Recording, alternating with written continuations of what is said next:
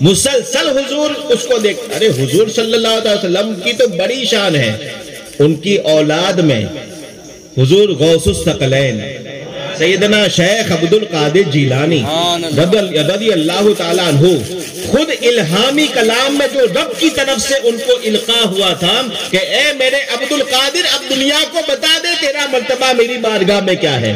اس وقت آپ نے قصیدہ غوثیہ لکھا تھا، وہ فرمایا تھا، اور اس میں ارشاد فرماتے ہیں نظرت الی بلاد اللہ جمعا، نظرت الی بلاد اللہ، بلد اللہ نہیں، بلاد اللہ، اللہ کے سارے ملکوں پر میں نے نظر کی. نظر تو الی بلاد اللہ جمعن، اور سب پر ایک ساتھ،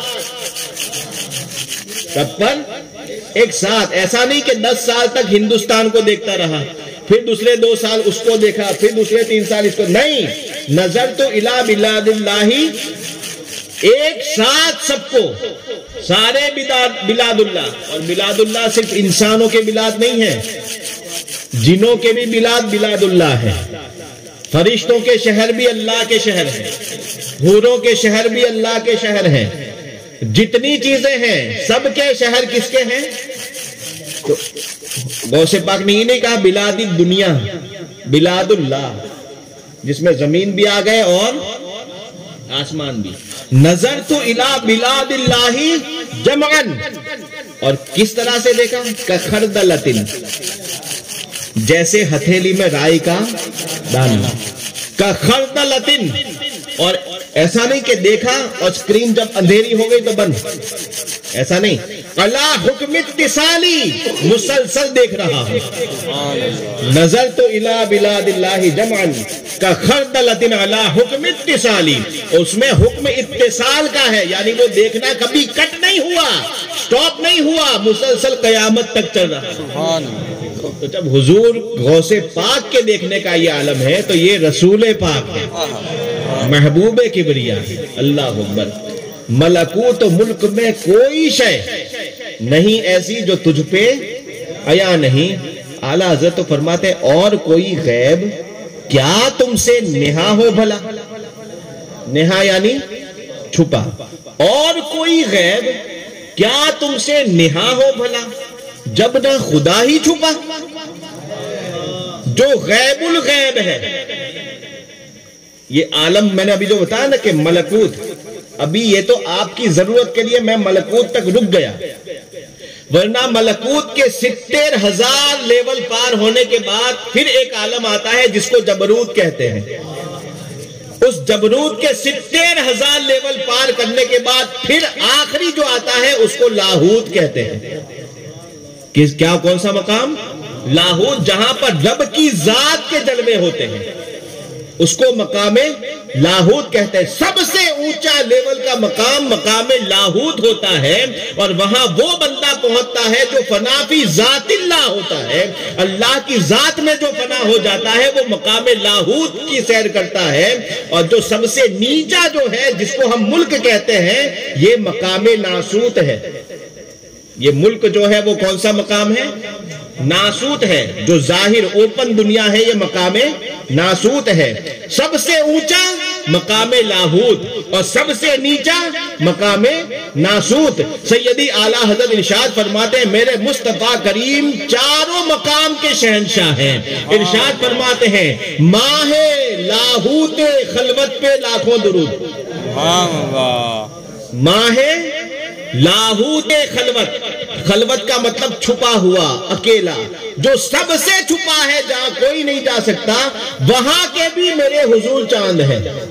ماہ لاہوت خلوت پہ لاکھوں درود. اور جب نیچے آئے لوگوں کو بھلا دکھانے، سمجھانے، جنت میں لے جانے، تو شاہ ناسوت جلوت پہ لاکھوں سلام.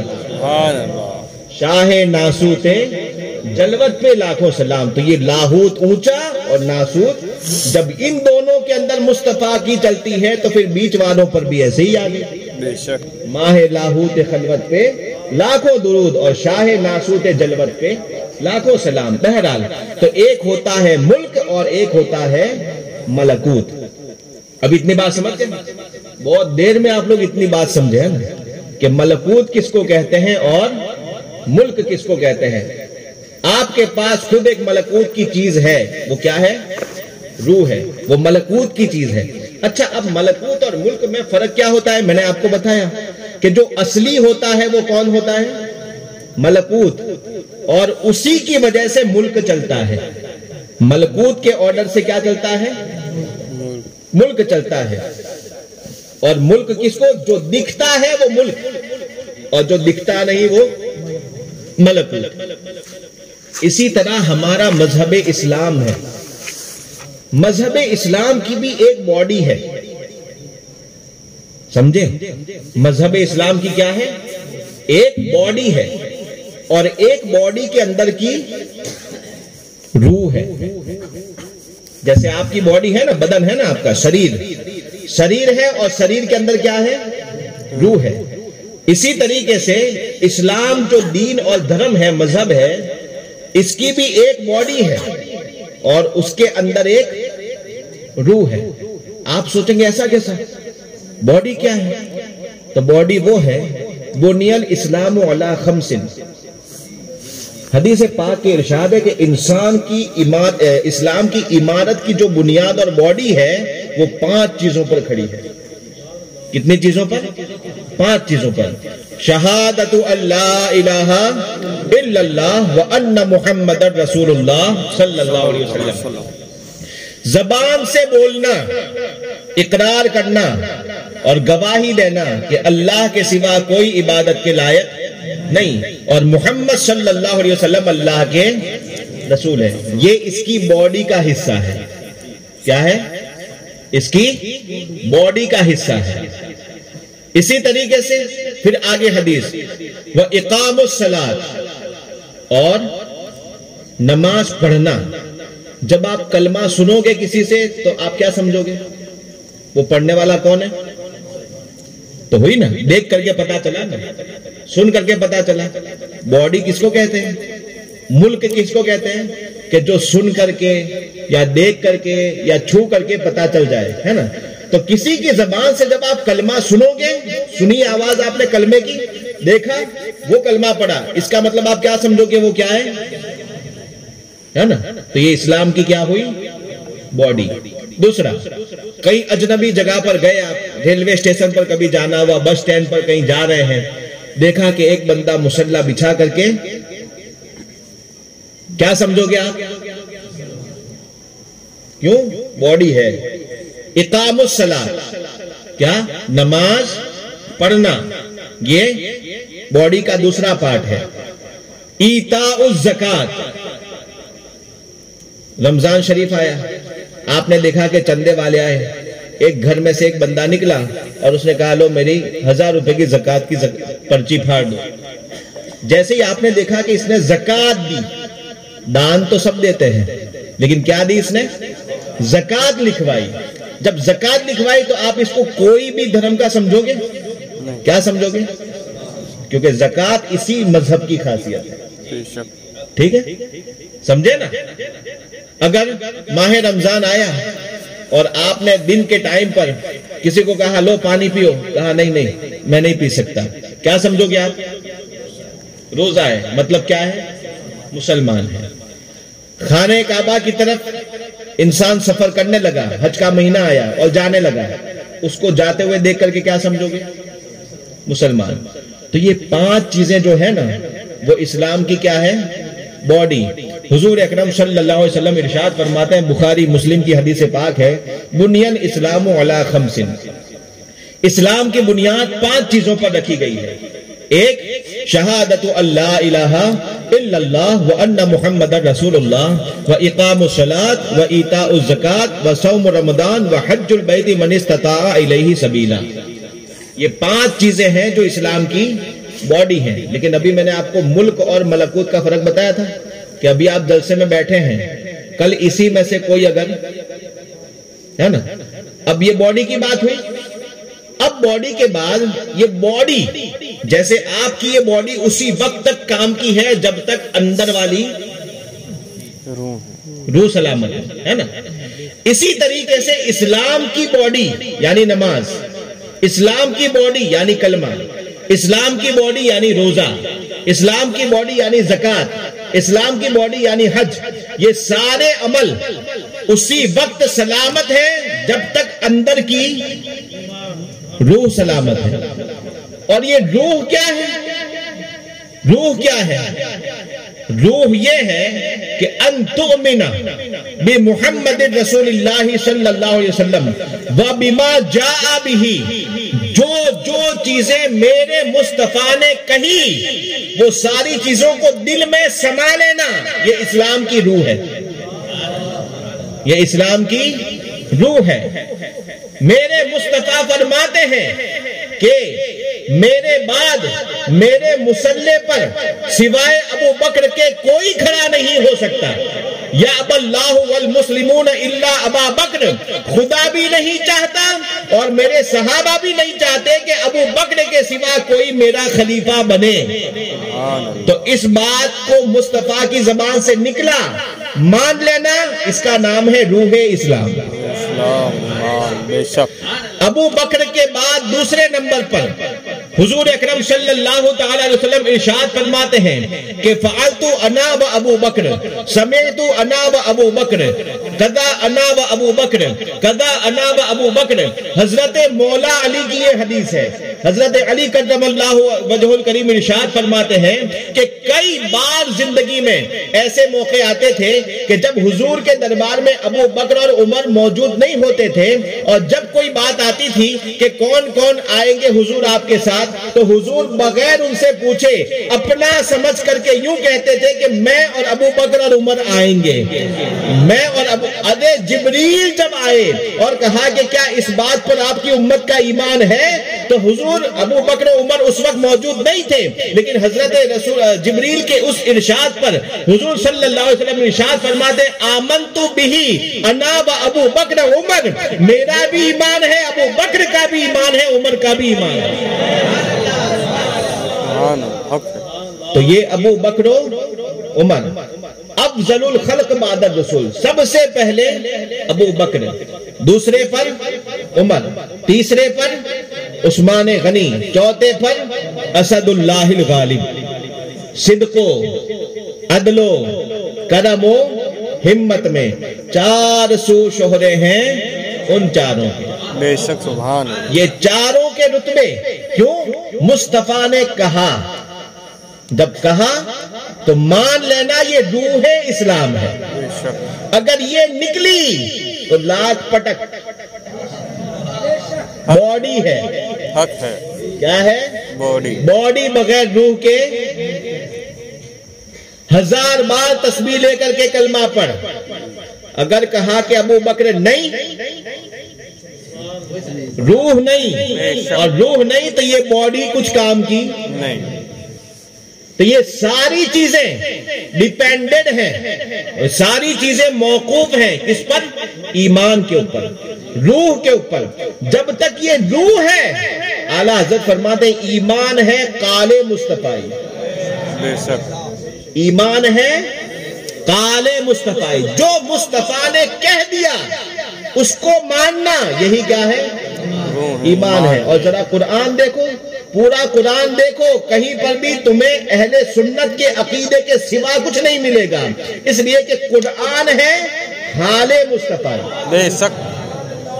قرآن ہے حال مصطفی اور ایمان ہے قال مصطفی. تو قال مصطفی یہ اسلام کی روح ہے اور وہ ملکوت ہے. اگر وہ نکل گیا، ملکوت نظر نہیں آتا، نظر آتا ہے کیا؟ ملک. اس لیے ملک اور چھلکے کو دیکھ کر کے کبھی دھوکہ مت کھانا. کبھی کبھی ایسا ہوتا ہے کہ اوپر اورنج اور نارنگی کا چھلکا بہت، لیکن اندر پچ پچ ہوتا ہے، صلح کلیت کا پچ پچ. اللہ حق ہے. دیوبندی بھی اندر گھسا ہے،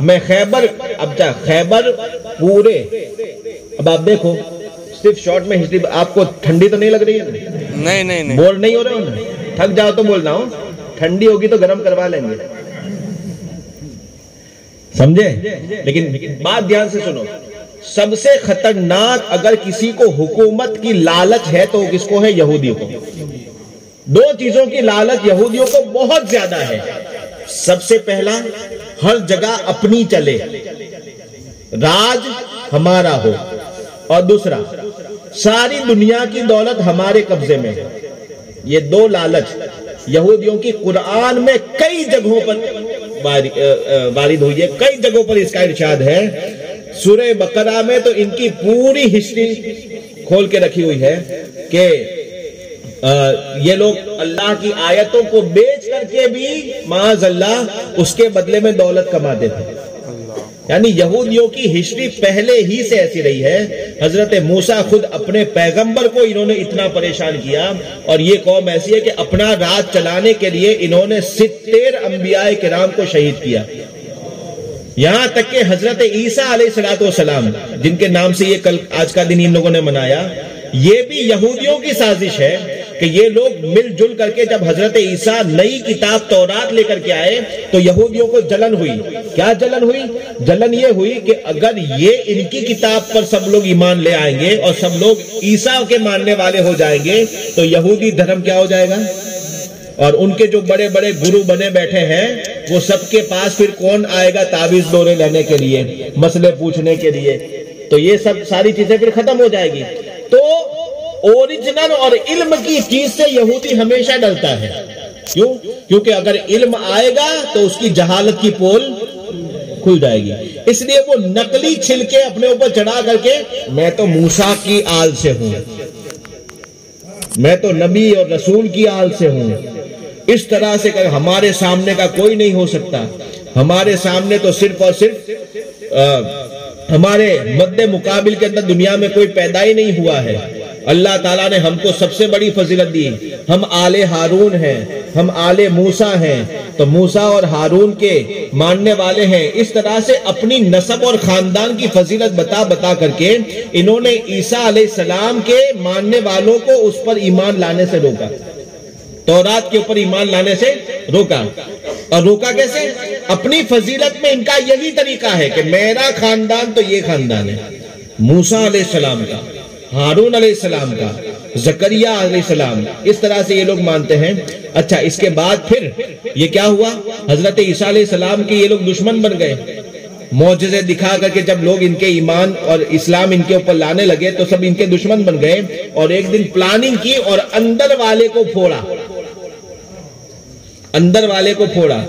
یہ یہودی ہمیشہ اندر والوں کو پھوڑتا ہے، کیونکہ پتا ہے کہ سامنے اگر جائے گا تو دال گلے گی، اس کے لیے کیا کرتا ہے؟ کوئی اندر والے کو اپنا پہلے بناتا ہے، خوب مال پیسہ دولت دے کر، جیسے آج سعودیہ ہے نا، اس طرح اندر والے کو یہ پھوڑتا ہے اور اس کو لالچ دیتا ہے۔ تو حضرت عیسیٰ کے جو حواری تھے، خاص ان کے ساتھ ہمیشہ رہنے والے، ان میں سے ایک کو انہوں نے اپنے ساتھ اندر سے واٹس ایپ میسج کیے۔ آپ بھی سوچتے ہوں گے کہ کیا میسج اس ٹائم پر،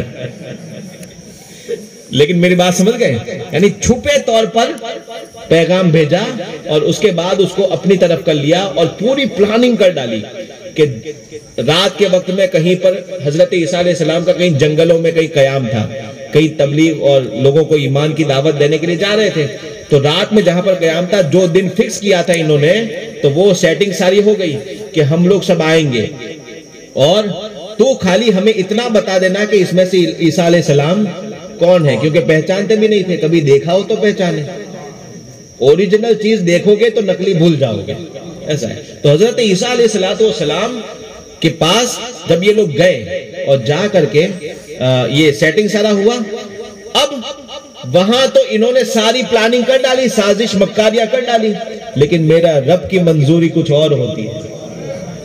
یہاں یہ ملک کے سسٹم کو چلا رہے تھے، ملکوت کا فیصلہ کچھ اور ہو چکا تھا۔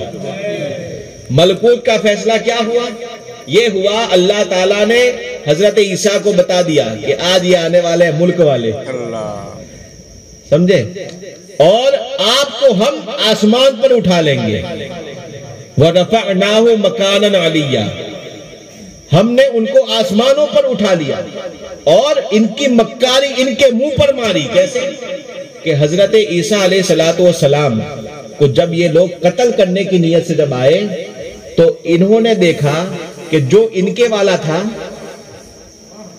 اللہ کی تدبیر چھپی. دیکھو آپ، جب اللہ کی طرف سے انتقام اور بدلہ آتا ہے تو پھر وہ چھوڑتا نہیں ہے، کوئی بچتا. ان بطش ربک لشدید، بے شک تیرے رب کی پکڑ بہت سخت ہے. اڑ لو ابھی جتنا اڑنا ہے، ایک دن وہ آئے گا کہ پکڑ سخت ہوگی. تو جب پکڑ آئی، یہ سارے ماننے کے لیے جب آئے تو دیکھا ہاں اس میں سے جو ان کے ساتھ ملا تھا وہ ان کی نظروں میں ہپنوٹائز ہو گئے سب. کوئی اگر یوں کہے کہ اس کی شکل عیسیٰ کی شکل اس کو دے دی گئی، غلط. کبھی اللہ تعالیٰ نبی کی شکل و صورت کسی شیطان کو نہیں دیتے. سمجھے؟ نبی کی شکل و صورت کسی شیطان اور خبیث کو اللہ دیتا ہی، لیکن دی نہیں تھی. ان کی نظریں ہپنوٹائز ہو گئی، دھوکہ کھا گئی، اور ان کی نظر میں اللہ تعالیٰ نے اس کو وہ دکھایا. سمجھے؟ جب وہ دکھایا تو لب کے سب پکڑا، چڑھایا، رسی باندھی، پاٹ تیار کیا کراس والا، ہاتھ کے اوپر ادھر ایک کھیلا مارا، ادھر ایک کھیلا مارا، پیروں میں کھیلے مارے اور گردن کو باندھ دیا اور سولی چڑھا دی. جب سولی چڑھا دی تو جتنے دوسرے ماننے والے آس پاس تھے خادم، ان میں سے جن کو حقیقت معلوم تھی وہ سمجھ گئے، جو رازدار تھے انہوں نے تو مان لیا کہ وہ تو گئے اصلی والے، اور یہ جو ہے وہ نہیں ہے. جن کا ایمان روشن تھا ان کو پتا تو گیا، لیکن جن کا ایمان اس مرتبے کا نہیں تھا وہ شیطان کے فطرے میں آ گئے اور انہوں نے دیکھا کہ ہمارے عیسیٰ. تبھی سے یہ دن منایا جا رہا ہے. سمجھے؟ ورنہ حقیقت میں اسلام کیا کہتا ہے کہ حضرت عیسیٰ کو تو آسمان پر اٹھا لیا گیا. بہرحال تو یہودی سازش کیا ہوئی کہ حضرت عیسیٰ کا دین چلے گا، ایسا نہیں ہو سکتا، قتل کر دے گا. اب اس کے بعد کیا ہوا؟ 600 سال نکل گئے. اب جناب محمد الرسول اللہ صلی اللہ علیہ وسلم خاتم الانبیاء والمرسلین تشریف لائے. سبحان اللہ.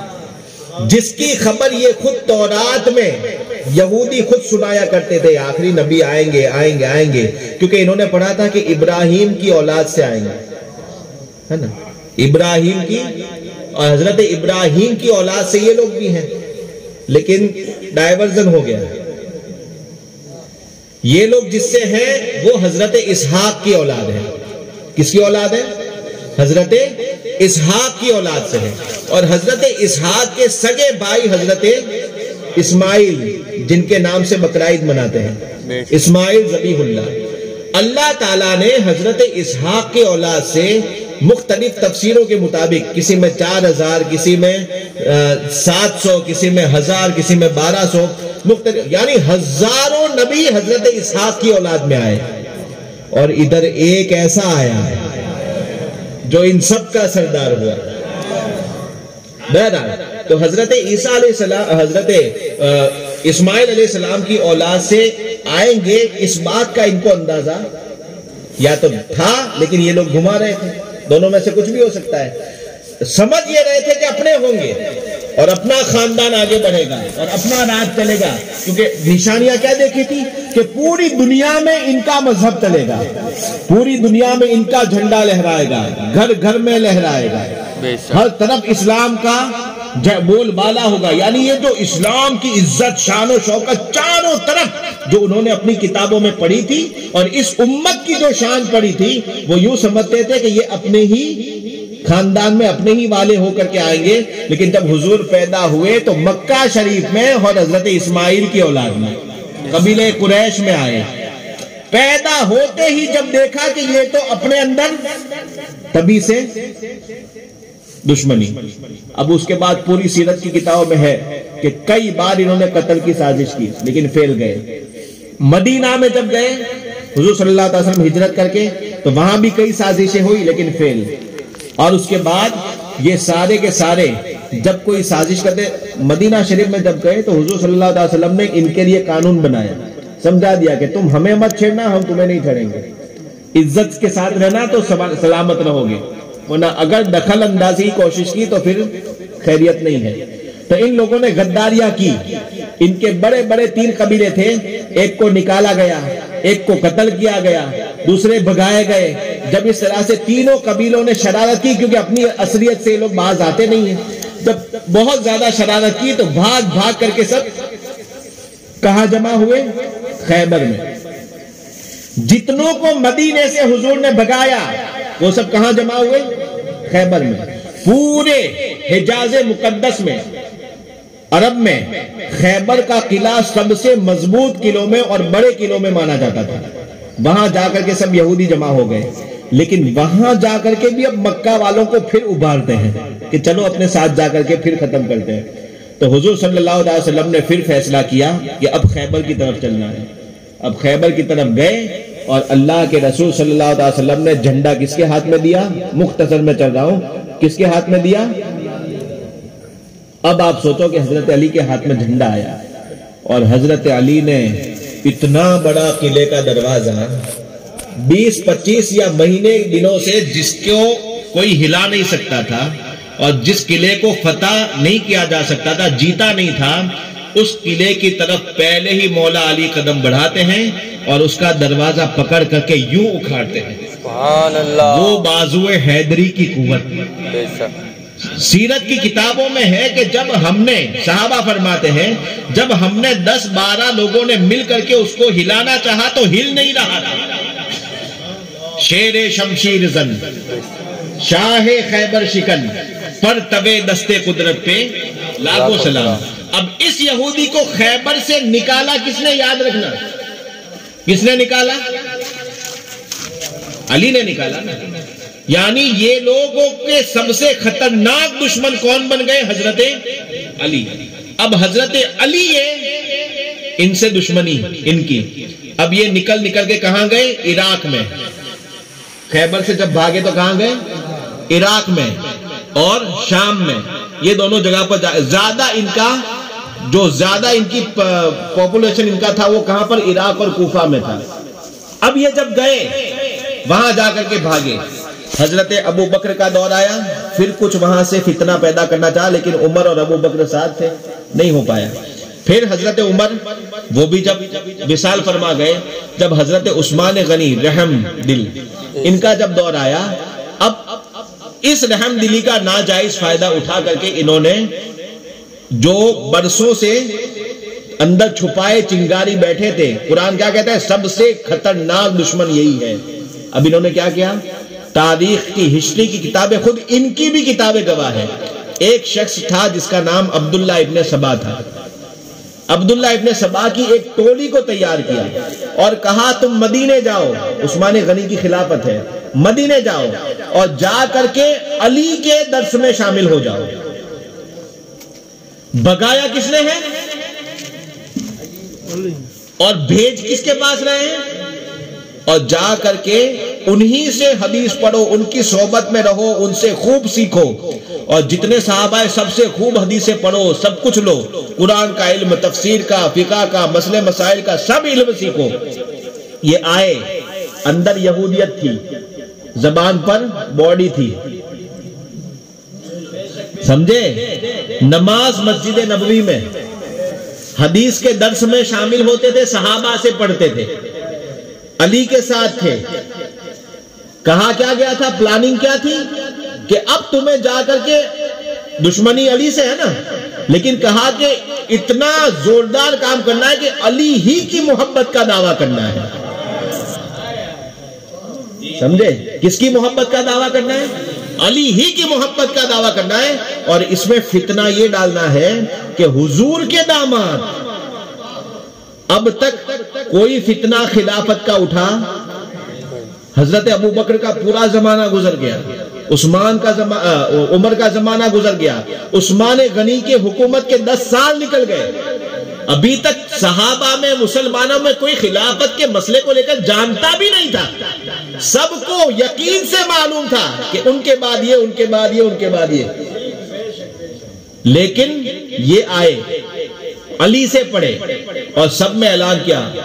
دھیرے دھیرے جو کچے مسلمان، جو نئے نئے مسلمان ہوئے تھے، ان کو کہنے لگے. اب حدیث اپنی طرف سے بنائی، کیونکہ پڑھ پڑھ کے اندازہ آ گیا کہ کس طرح سے بناتے ہیں.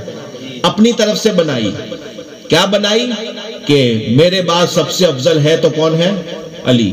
خلافت اگر تمہیں علی کو دینی ہو تبھی تم کامیاب رہو گے. معاذ اللہ اس طریقے کی سب حدیثیں بنائی اور دھیرے دھیرے دھیرے یہ بے ایمانی کا وائرس یہودیت کا پھیلایا. دو کچے مسلمان تھے وہ سب دھیرے دھیرے علی کی محبت، علی کی محبت. تو یہ ایموشنل بلیک میل، سمجھے نا، اس کو کہتے ہیں ایموشنل بلیک میل. کوئی اگر دشمن، آج ہم وہابیوں کے پھندے میں کم آتے ہیں. کیوں؟ کیونکہ وہ تو خطرناک بھونکنے والا ہے، وہ تو دیکھنے سے ہی لگتا نہیں کہ اپنا ہے. اس کی زبان سے بھی ایسا ہی نکلتا ہے، میلاد اپنی نہیں، فاتحہ شرک، مزار شرک، وہ شرک، وہ شرک. تو یہ شرک شرک، اس کے باوجود اگر اس کے پھندے میں چلے جائے تو اس کی قسمت کتنی پھوٹی ہے. سمجھے؟ اتنا کھلم کھلا ناپاک ہے، پھر بھی اگر چلے جائے تو پھر تو تیری قسمت سمجھ، ہے نا. لیکن یہ جو ہے یہ بہت نرم نازک گوشہ لے کر کے آتے ہیں. انہوں نے دیکھا کہ دشمنی نکالے سے کام چلے گا تو انہوں نے کیا بننا شروع کیا؟ محبت والا بننا شروع کیا اور علی سے محبت کا دعویٰ کیا. اور علی سے محبت تو کیا تھی؟ صرف اپنا کام نکالنے کے لیے تھی، ورنہ حقیقت میں عثمان کا دشمن بنانا تھا، ابو بکر اور عمر کا دشمن بنانا تھا. یہ دشمنیاں کروانی تھی اور آپس میں لڑوانا تھا. یہی وجہ ہے کہ امیر معاویہ کی دشمنی بھی علی کے درمیان ڈالی، حضرت علی سے نہیں بلکہ ان دونوں کے درمیان. معاذ اللہ اتنی حد تک. ابھی میرے پاس وقت اتنا نہیں ہے. محرم کے پورے 10 دن صرف یہودیوں کی سازش پر میں نے بیان کیا ہے. سبحان اللہ. لیکن ابھی آپ کو صرف اتنا بتا کے جا رہا ہوں کہ جس سے آپ چیتنتے ہو جاؤ، سمجھے؟ ضرورت کی چیز. اب آپ صرف اتنا اندازہ لگاؤ کہ حضرت عثمان غنی کے دور میں علی سے محبت کا دعویٰ اٹھا اور اسی زمانے میں پہلی بار خلافت کا مسئلہ اٹھا اور ولایت کا مسئلہ نیا نکلا. سمجھے؟ اب اس کے بعد دھیرے دھیرے بات ہوتے ہوتے یہاں تک پہنچے کہ معاذ اللہ حضرت عثمان غنی کے خلاف لوگوں کو اتنا بھڑکایا کہ عثمان غنی کو شہید کرنے کے لیے حج کے ٹائم پر جب دیکھا کہ بڑے بڑے سب صحابہ زیادہ تر حج کے لیے چلے گئے ہیں، ایسے وقت میں آ کر کے حضرت عثمان کے گھر کو گھیر لیا. 40 دن تک پانی کا قطرہ اندر نہیں گیا. لیکن یہ واقعے آپ کو نہیں ملیں گے. کیوں؟ یہودیوں نے چھپا دیے.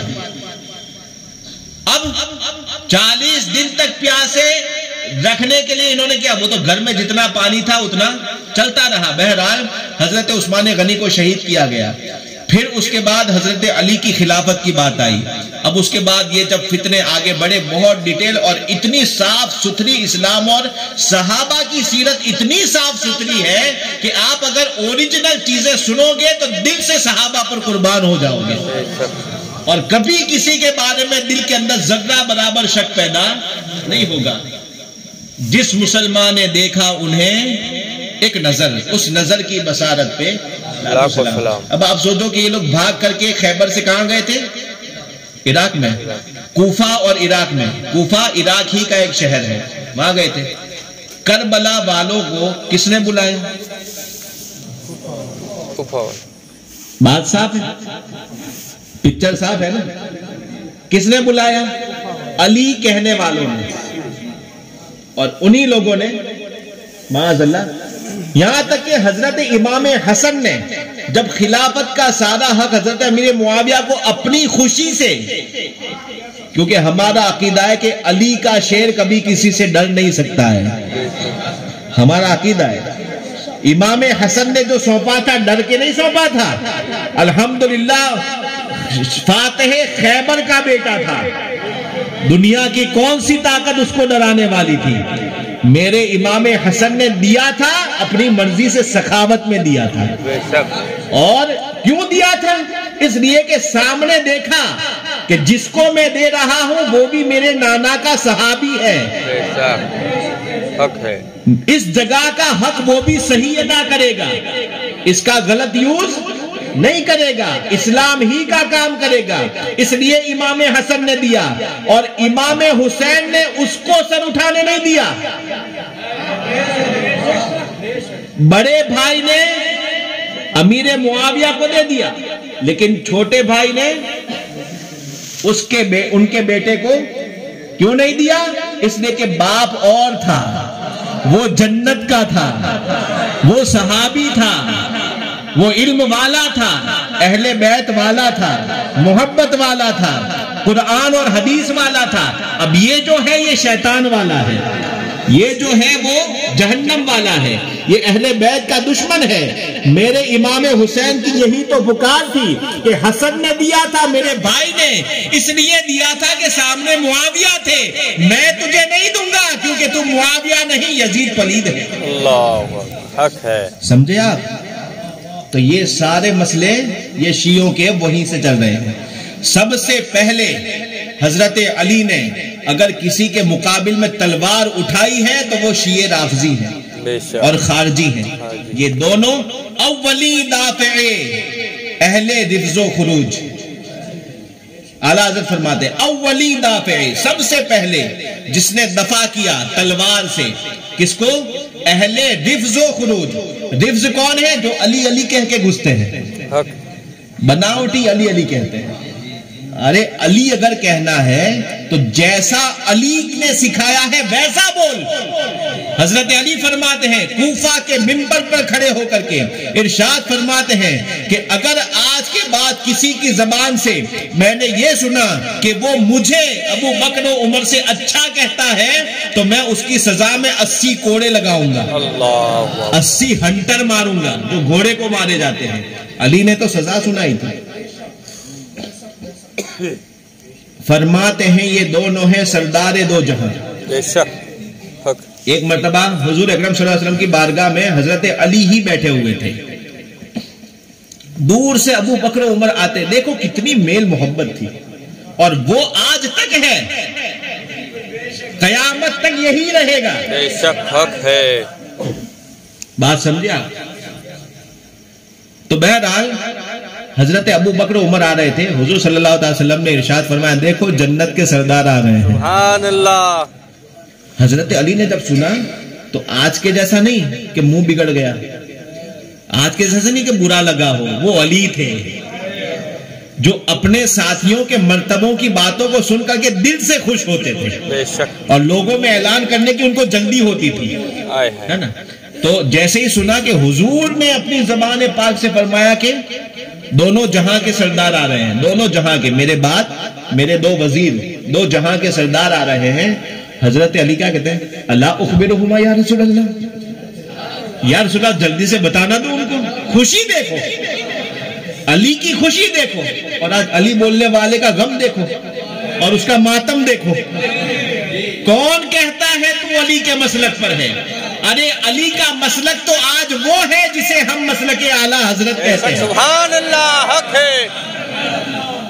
تو بہرحال فرماتے ہیں اللہ اخبرہما یا رسول اللہ، یا سر جلدی سے میں اٹھ کر کے ان کو بتانا دوں کہ میرے حضور نے ایسا فرمایا ہے تاکہ وہ خوش ہو جائیں۔ حضور صلی اللہ علیہ وسلم فرماتے ہیں کہ نہیں نہیں، رہنے دو، ان کو آنے دو، میں خود بتاؤں گا۔ سبحان اللہ۔ اس حدیث کے نقشے کو کھینچتے ہوئے اعلیٰ حضرت فرماتے ہیں کون؟ حضور فرماتے ہیں یہ دونوں ہیں سردار دو جہاں۔ جب حضرت علی نے کہا بتا دوں، اے مرتضیٰ عتیق و عمر کو خبر نہ ہو، اے مرتضیٰ عتیق و عمر کو خبر۔ کتنا پیار والا موسم تھا، کتنا محبت والا انداز تھا۔ وہ محبت کا انداز اگر آج تمہیں دیکھنا ہے تو مسلک اعلیٰ حضرت میں دیکھو۔ بے شک، سبحان اللہ حق۔ غوث کے سلسلے کا مرید ہوگا وہ بھی کہے گا میرے امام رفاعی، سبحان اللہ۔ اعلیٰ حضرت کے سلسلے سے جو مرید ہوگا وہ بھی کہے گا میرے مخدوم پاک، بے شک، مخدوم پاک کے سلسلے کا مرید ہوگا وہ کہے گا میرے اعلیٰ حضرت۔ بے شک، یہ آپس کی میل محبت صرف اسی مسلک میں دیکھنے کو ملتی ہے، کیونکہ ایمان اور ایقان جس کے اندر اسلام کا ملک بھی سلامت ہے اور اسلام کا ملکوت بھی سلامت ہے، باڈی بھی سلامت ہے اور روح بھی سلامت ہے، دونوں کا سنگم اگر دیکھنا ہے تو مسلک اعلیٰ حضرت۔ بے شک سبحان اللہ، سمجھے آپ؟ بے شک یہ سیدنا صدیق اکبر کی شان ہے کہ جس کو خود حضرت علی بیان کرنے میں فخر محسوس کرتے ہیں۔ اللہ اکبر۔ اب یہ سیدنا صدیق اکبر رضی اللہ تعالیٰ عنہ کی ہم محفل منا رہے ہیں، اور اس پر آج کے دور میں سب سے زیادہ ہمیں اگر ضرورت ہے تو کس بات کی؟ کہ اپنی اس روح کو سلامت رکھیں۔ بے شک، بتایا نا، ملکوت کی چیز ہے نا، اس روح کو سلامت رکھیں۔ اچھا، بعض لوگ یوں سمجھتے ہیں کہ اسلام جو ہے یہ صرف نماز، روزے، حج، زکوٰۃ، یہ سارے مسئلے مسائل کا علم ہے۔ ارے بھائی، تمہیں کیا پتا، اسلام جو ہے نا یہ تو صرف ملک ہے۔ تم اگر انجینئرنگ کی پوری پی ایچ ڈی کر ڈالو تو تمہیں ملک کا ہی علم آئے گا۔ سمجھے؟ کس کا علم آئے گا؟ ملک کا۔ بہت تو نقشے بنا سکتے اور کچھ نہیں کر سکتے۔ زیادہ سے زیادہ تاج محل بنا لو گے اور کیا کرو گے؟ پیرامڈ تیار کرو گے اور کیا کرو گے؟ اس سے زیادہ کچھ نہیں ہو سکتا، کیونکہ تمہاری ساری انجینئرنگ کی پی ایچ ڈی بھی اگر کر ڈالو تو تمہیں آئے گا ملک کا علم۔ اگر تم مائکرو بایولوجی کر ڈالو تو یہ وائرس اور بیکٹیریا سیکھ سکتے ہو، دیکھ دیکھ کر کے پتا کہ یہ اتنا ہے، یہ اتنا، یہ ایسے پھیلتا ہے، یہی کر سکتے ہو۔ اس کے سوا تمہارا کچھ کام نہیں ہے۔ میڈیکل سائنس اگر لے لو، میڈیکل سائنس کے اندر تمہیں باڈی کے سارے پارٹس وغیرہ اور میڈیسن کا سارا چیز، دواؤں کے، مرضوں کے ساری چیزیں تم جان سکتے ہو۔ زولوجی اگر تم کر لو تو جانوروں کے بارے میں سیکھ سکتے ہو۔ سمجھے؟ یہ ساری چیزیں، جتنے بھی علم کے ڈپارٹمنٹ ہیں، وہ سارے ڈپارٹمنٹ تمہیں ملک کا علم دیتے ہیں۔ کس کا؟ ملک کا۔ اور یہاں ملکوت و ملک میں کوئی شے نہیں وہ جو ان پہ آیا نہیں۔ قرآن کریم ایسی کتاب ہے کہ جس کے اندر صرف ملک نہیں، ملک اور سارے ملکوت کا علم ہے۔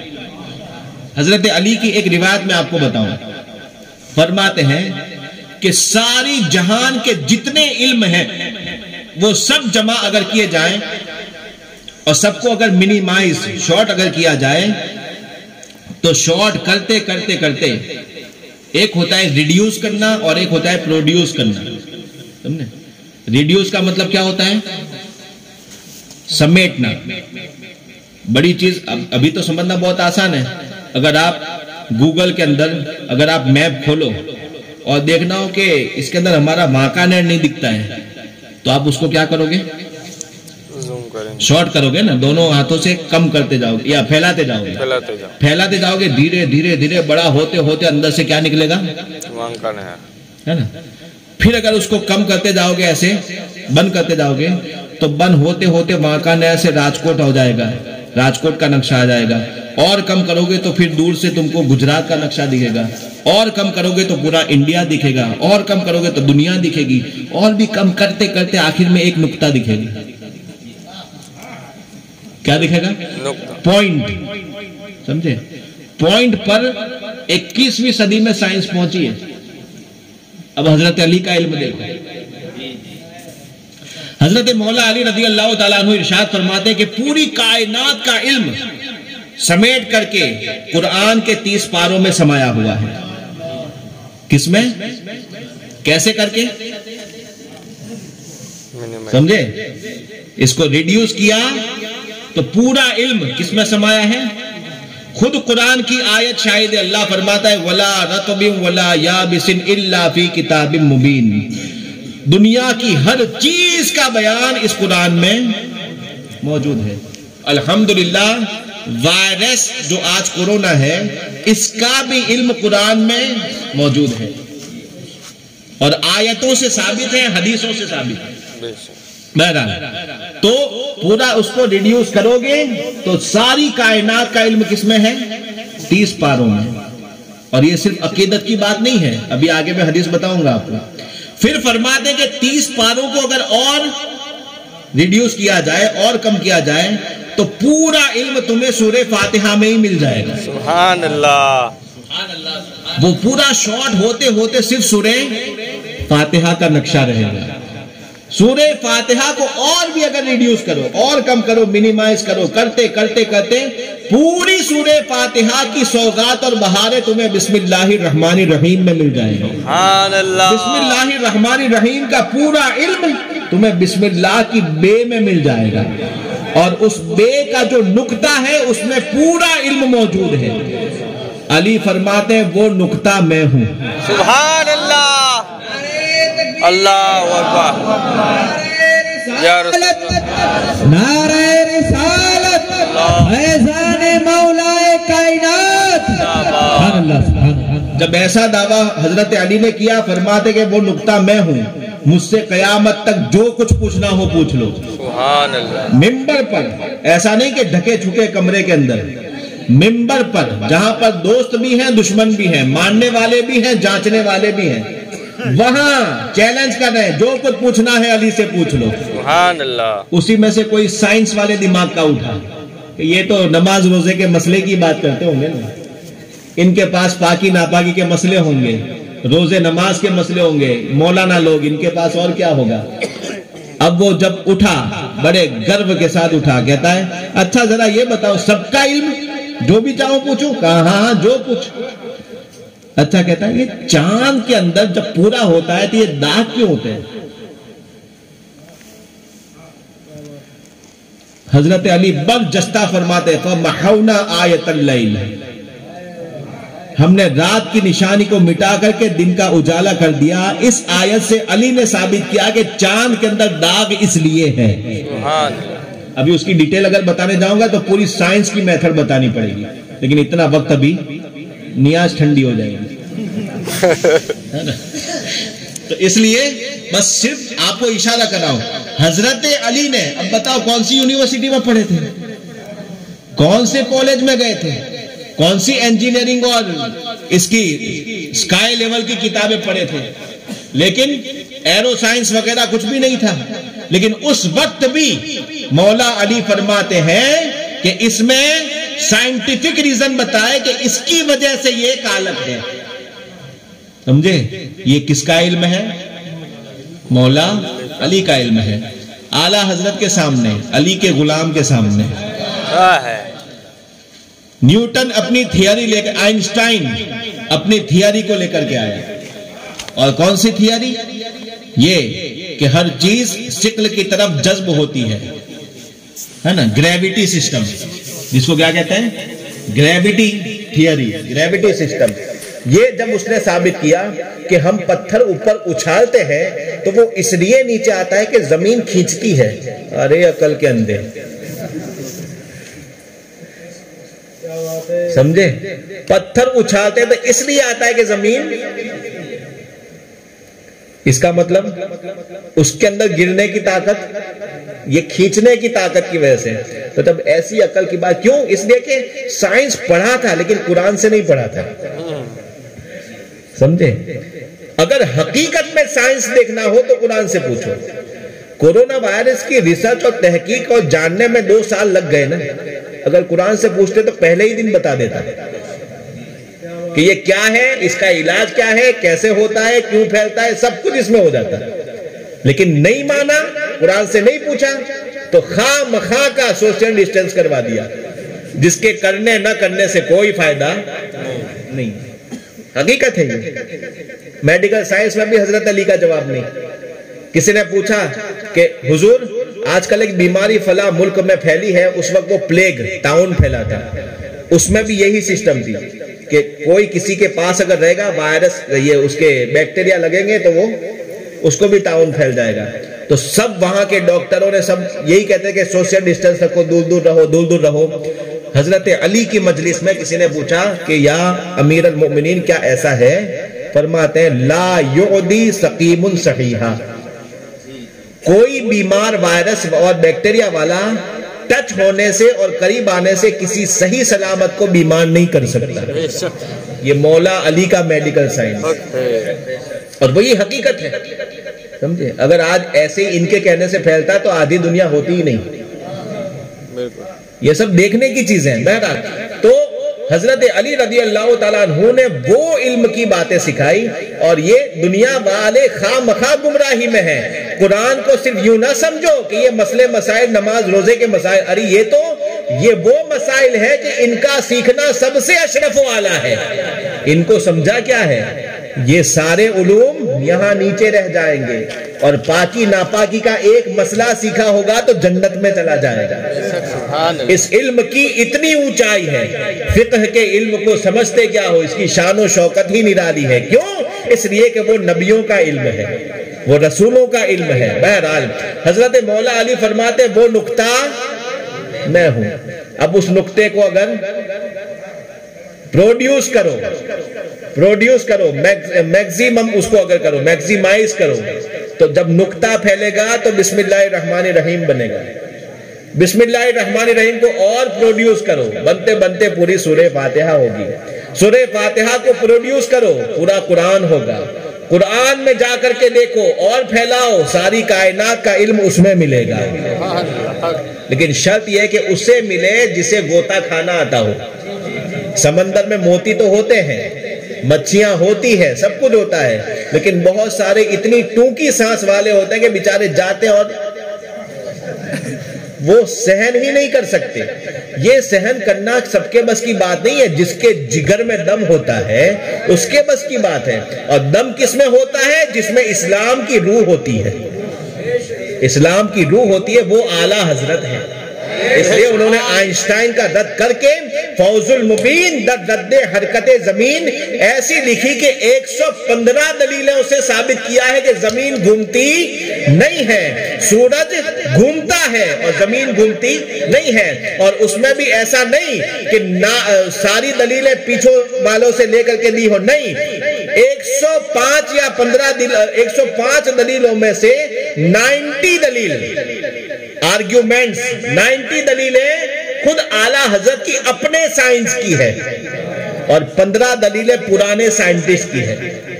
سمجھے؟ یہ تو سائنس والوں کے لیے لکھا، اور ہم ایمان والوں کو ماننا ہے تو ہم تو قرآن ہی سے مانتے ہیں نا. تو ہمارے لیے دوسرا لکھا، نزول آیات فرقان فی سکون زمین آسمان. قرآن کی آیتوں سے ثابت کہ زمین اور آسمان اپنی جگہ پر، اس لیے ٹھہرے رہنا، بہت زیادہ اڑنے کی کوشش مت کرنا. بہرحال تو حضرت علی رضی اللہ تعالیٰ عنہ کا یہ علم. اب علی کی ذات کے بارے میں حدیث میں کیا ہے؟ علم کا اتنا بڑا جب یہ مرکز ہے، حضور اکرم صلی اللہ علیہ وسلم نے ان کے بارے میں کیا فرمایا؟ انا مدینۃ و علی، دروازے کا یہ حال ہے. آپ سوچو شہر کیسا ہوگا، سوچو تو صحیح. یہ حدیث مکمل کیسی ہے جانتے ہیں؟ یہ بھی رافضیوں نے بھلوا دی ہے. اوریجنل پوری حدیث میں آپ کو سناؤں. حضور اکرم صلی اللہ علیہ وسلم ارشاد فرماتے ہیں، انا مدینۃ العلم و ابو بکر اساسها و عمر جدرانها و عثمان سقفها و علی بابها. میں علم کا شہر ہوں، میرا ابو بکر اس کی زمین ہے، پورے علم کے شہر کی. عمر اس کی دیواریں ہیں، عثمان اس کی چھت ہے، اور علی اس کا دروازہ ہے. فمن اراد ان يدخل المدینہ فلیدخل من الباب. اب جو شہر علم میں آنا چاہے وہ دروازے کے وسیلے سے آئے، کیونکہ دیواریں پھاند کر کے چور آتے ہیں. دروازے سے آؤ. علی کا دامن چھوٹے گا تو چوروں میں چلے جاؤ گے. اور کون سے چور؟ سونا جنگل، رات اندھیری، چھائی بدلی کالی ہے، سونے والوں جاگتے رہیو، چوروں کی رکھوالی ہے. چوروں کی رکھوالی یہ کس کو کہتے ہیں جانتے ہیں آپ؟ رکھوالے کس کو کہتے ہیں؟ جو آپ کو یوں کہے کہ میں تمہیں سنبھالوں گا، اس کو کہتے ہیں رکھوالا. رکھوالی کرنا. ہم تمہاری نمازیں سنبھالیں گے، ہم تمہیں تمہارا اسلام سنبھالیں گے، تمہارے نیک عمل سنبھالیں گے، آؤ ہماری جماعت میں، آؤ ہماری جماعت میں، تمہیں ہم سنبھالیں گے۔ تو یہ جو سنبھالنے کا جو کہہ رہا ہے نا، جب آپ جاؤ گے تو ایمان اندر سے یہی نکال لے گا، کیونکہ کیا ہے؟ دروازے والا نہیں ہے، چوری والا ہے۔ علی کا نام لیگل طور پر نہیں لے رہا ہے، انلیگل لے رہا ہے۔ انلیگل کیوں؟ اس لیے کہ ابو بکر عمر کی دشمنی دل میں بھر کے دے رہا ہے، اس لیے کیا ہوا؟ انلیگل ہوا۔ اعلیٰ حضرت یہی سمجھا رہے ہیں سنیوں کو کہ سونا جنگل، آج تمہارا کوئی پوچھنے والا نہیں ہے، ایسا سمجھو جیسے ہم سونے جنگل میں رہتے ہیں، سونا جنگل، اور اس میں تمہارے پاس خود اتنا علم نہیں ہے، لائٹ نہیں ہے کہ تم دیکھ سکو کون آیا کون نہیں آیا، جانور ہے، اپنا ہے، غیر ہے۔ علم کی روشنی ہو تو پتا چلے۔ تو جب علم کی روشنی نہیں ہے، اسی لیے تو تقلید کی بہاریں ہیں کہ تم علماء کی مانو۔ اب ایسے جنگل میں جہاں پر سونا جنگل ہے، رات اندھیری ہے، اور ایسی اندھیری رات کے 2-4 ستارے بھی اگر دکھتے تھے تو وہ بھی چھپ گئے۔ کیوں؟ کیونکہ چھائی بدلی، کائے کی بدلی؟ جہالت کی بدلی، بد مذہبیت کی بدلی چھائی ہے۔ سونا جنگل، رات اندھیری، چھائی بدلی کالی ہے۔ سونے والوں، شادیوں میں ڈی جے بجا کے سونے والوں، نمازیں چھوڑ کر کے سونے والوں، عالموں سے دور ہو کر کے سونے والوں، جاہلوں کے پھندے میں آنے والوں، سونے والوں، سونے والوں جاگتے رہیو، سونے والوں جاگتے رہیو، چوروں کی رکھوالی ہے۔ اب ایسے میں اگر آپ کو زندہ اور سلامت اپنے آپ کو رکھنا ہے، اسلام اور ایمان کو، تو کیسے رکھیں گے؟ اعلیٰ حضرت نے صرف ڈرایا نہیں ہے، رستہ بھی بتایا ہے۔ ڈرانا تو یہ کورونا والوں کا کام ہے، ان کے پاس کوئی رستہ نہیں ہے، خالی ڈراتے ہیں۔ رستہ بتایا ہے اعلیٰ حضرت نے کہ اتنا خطرہ ہے کہ آنکھ سے کاجل صاف چرا لے۔ ان کی مہارت ایسی ہے، کیونکہ ظاہر بات ہے جب علی اور اہل بیت کا نام لے کر کے آئے گا تو تمہیں کیسے اچھا نہیں لگے گا؟ وہ تو اچھا لگنا ہی ہے۔ آپ تو دل و جان سے اس پر قربان ہو جاؤ گے کہ یہ تو علی اور اہل بیت والا ہے، یہ تو ایمان کا حصہ ہے، اس کو گلے لگاؤ گے۔ پھر وہ دھیرے سے کہے علی تو علی ہیں۔ اب ظاہر بات ہے ابو بکر ہیں بڑے، لیکن پھر بھی وہ خاندان کے نہیں ہیں، اس لیے وہ بعد میں ہیں، وہ بھی لیکن ہیں معاذ اللہ۔ یہ آنکھ سے کاجل صاف چرا لے۔ اچھا آنکھ سے کاجل کون چرا سکتا ہے جانتے ہیں؟ جو اپنا بن کے آئے، کیونکہ آنکھ سے کاجل صاف چرانے کی مثال اعلیٰ حضرت کیوں دے رہے ہیں؟ اگر دور رکھا ہو تو لنگریا ڈال کے بھی کھینچ سکتا ہے، ہے نا؟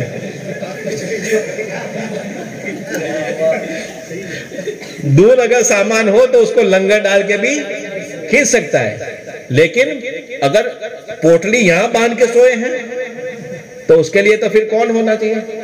جس کو اگر وہ آئے اور اس کا دیکھ بھی تھا، ہاں اپنے والا ہے، کیا اپنے والا ہے، جس کو اپنے والا سمجھو، اور وہ اگر ان سے ملا ہو اور وہ چور ہو تو پھر خطرہ سب سے زیادہ ہے، کیونکہ دوسرا اگر ہوگا اور آنکھ کھلی، اے تو کہاں سے آیا، دیں گے ایک لات، ہے نا؟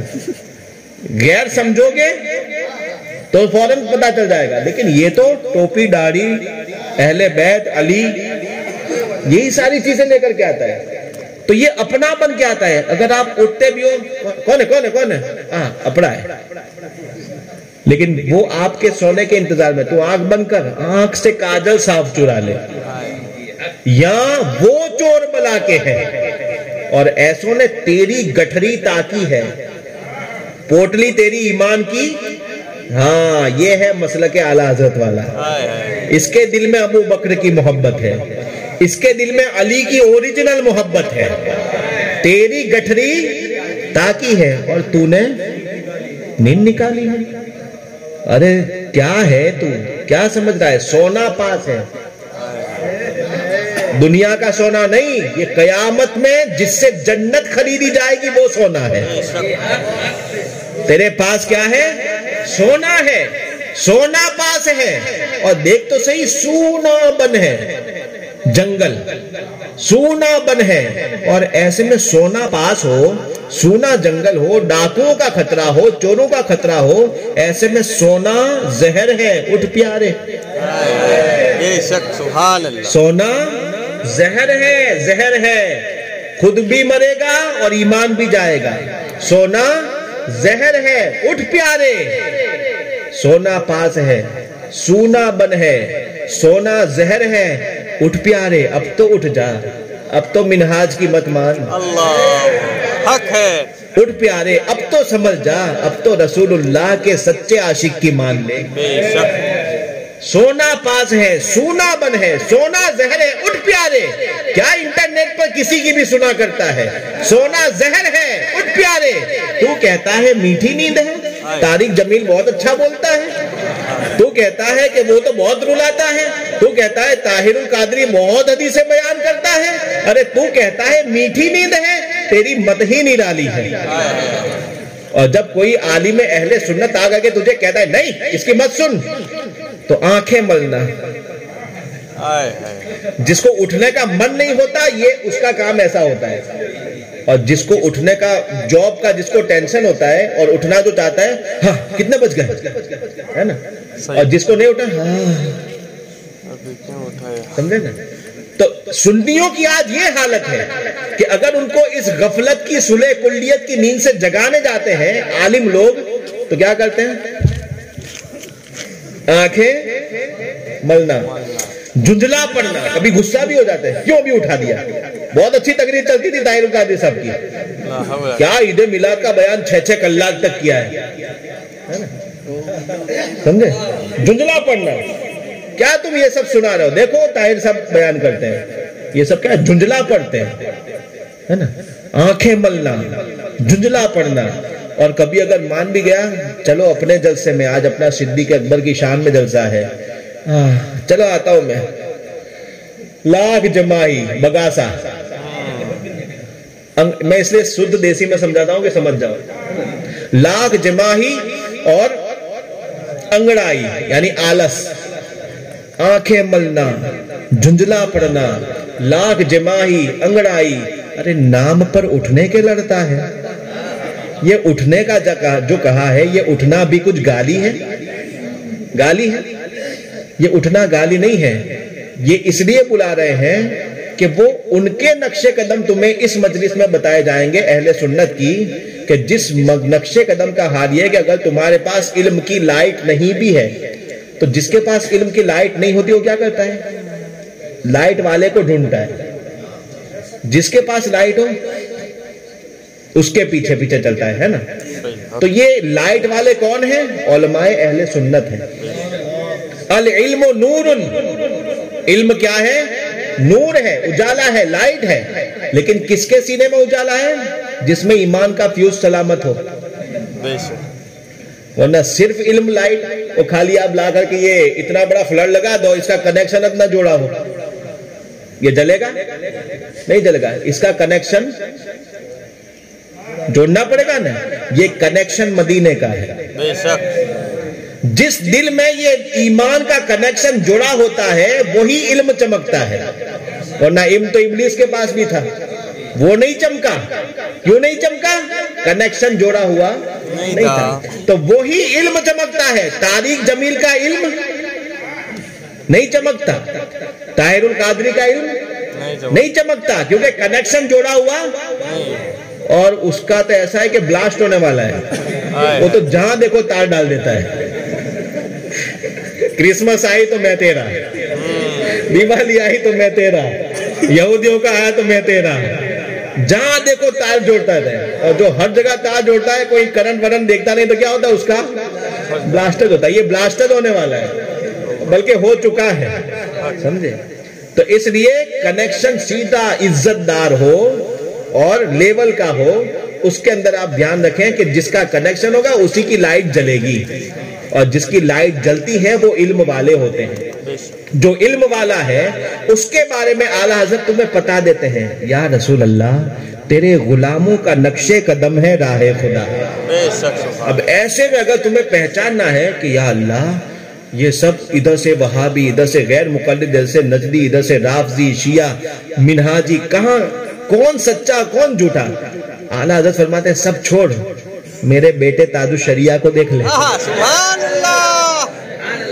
تاج الشریعہ کو دیکھ لے، مفتی اعظم کو دیکھ لے، محدث اعظم کو دیکھ لے، ہے نا، حجت الاسلام کو دیکھ لے. سبحان اللہ. یہ سارے وہ علم کے پلاڑ ہیں کہ تیرے غلاموں کا نقش قدم ہے راہ خدا. اب جو یہاں آ گیا وہ کیا بہک سکے، جو یہ چراغ لے کے چلے. سبحان اللہ. تیرے غلاموں کا نقش قدم ہے راہ خدا، وہ کیا بہک سکے جو یہ سراغ لے کے چلے. اور یہاں جب آتے ہیں ان غلاموں کے نقش قدم پر تو یہ کیا بتاتے ہیں؟ یہ ہمیں یہی بتاتے ہیں کہ جنا بنے گی محبان چار یار کی قبر. جنا بنے گی محبان ایک یار کی نہیں، چار یار کی قبر، جو اپنے سینے میں یہ چار باغ لے کے چلے. وآخر دعوانا ان الحمدللہ رب العالمین. السلام علیکم.